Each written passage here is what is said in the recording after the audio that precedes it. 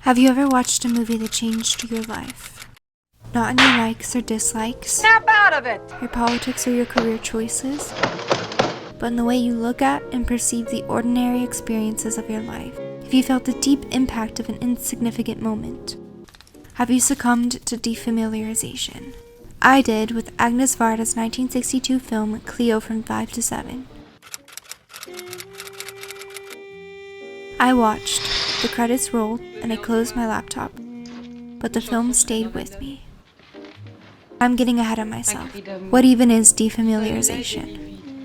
Let's rewind to 1917, when Victor Shklovsky coined the term in his groundbreaking essay, Artist's Device. Shklovsky defined defamiliarization as a technique that makes familiar objects seem strange or new to disrupt automatic habitual perception. For instance, imagining a horse as a four-legged muscled creature creates a wildly different perception of the animal than simply thinking of the term horse.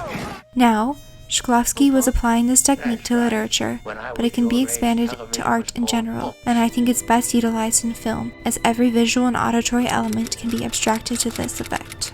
Bringing things back to Cleo from 5 to 7, I have thought about this film and its take on a woman's afternoon, identity, and anxiety every day precisely because of Varda's use of defamiliarization. What she is literally defamiliarizing is the act of being observed, in both internal and external observation. I want to examine two scenes from the film to highlight this technique and its value. First, let's take a look at the scene I call the Image is Life scene.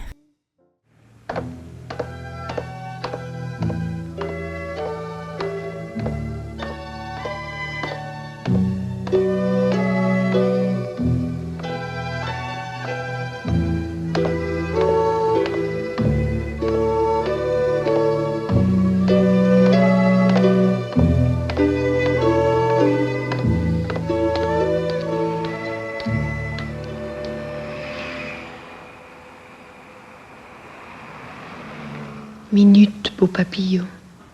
Être laide, c'est ça la mort. Tant que je suis belle, je suis vivante et 10 fois plus que les autres. Now, let's break the scene down, starting with context. The scene begins right after Cleo has just had her cancer diagnosis confirmed by her tarot reading. See how Cleo watches her steps. The slight reflection in the window. How she adjusts her posture. Here's where things get unfamiliar. Varda zooms in and jump cuts 3 times to a strange in the moment. I consider these the 3 Cleos. The real Cleo, the version she sees, Décidément, le noir me va très bien. and the version others see of her. Tu me détestes, on dirait. Encore un truc pour qu'on te dise qu'on t'aime, enfant gâté. This idea of 3 is again promoted in the Image is Life scene when she looks into a mirror. The camera angle Varda chooses in this moment defamiliarizes the experience of reflection, showing the 3 Cleos before zooming in. Hear this voice. Minute, beau papillon. Être laide, c'est ça la mort. Tant que je suis belle, je suis vivante et 10 fois plus que les autres. This is not a mere thought, but an affirmation reinforcing the image in the mirror, rather than the real Cleo. She is promising herself that if she maintains her beauty, this mirror Cleo and the Cleo the world sees will live on. The next scene I want us to look at, I refer to as the Image is Death scene, where the act of being looked at is defamiliarized to reflect Cleo's anxiety about her identity.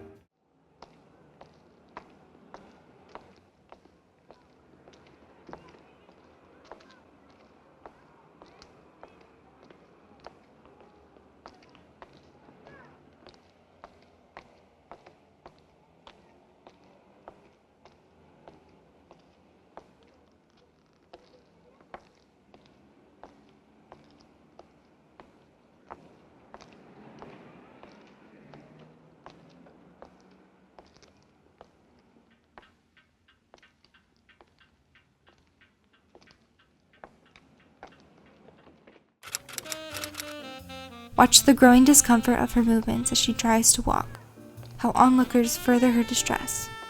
Now, I want to talk about editing of the scene, how defamiliarization is further achieved with cutting and sound design. See how the cuts integrate characters and places from earlier scenes, staged apart from the past and apart from the now. This breaks the film's reality as until now it has stayed in the immediate time and place of Cleo's surroundings. Hear Cleo's footsteps. We are not being transported to these other locations, no. We are being transported inside Cleo's mind. Hear and see the ticking clock. This clock is nowhere else in the film. It is a reminder for us that Cleo is running out of time. Her story ends at 7, and the other Cleos, the Cleos she has worked so hard to cultivate, may not even last that long. Earlier, I alluded to how this practice pushes film into greater meaning. I hope I have proven, really, Agnes Varda has proven this to be true. I also shared that defamiliarization can make a movie art. And I'll tell you what I mean by that. First off, what is art? Now, as someone who has spent the last 4 years at art school can tell you, that question is not easily answered. So, to simplify things, I will use a definition posed by Brian Eno and Betty A. in their book, What Art Does. They define art as a way of making feelings happen and experience one must engage with. Movie making is certainly an art form. However, it is not always experienced as such. More often than not, it is used as a distraction from life rather than a collaboration between filmmakers and the audience. Don't get me wrong, I need a distraction every now and again just as much as the next girl. But distractions don't change your life. Ultimately, because Agnes Varda has used techniques of defamiliarization in Cleo from 5 to 7, she has pushed her narrative further into the depths of art by engaging her audience in active reflection about their understanding of the mundane made absurd during and after viewing. In this, Varda has transformed how we interact with Cleo, has transformed how we interact with film, and has transformed my life long after 5 to 7.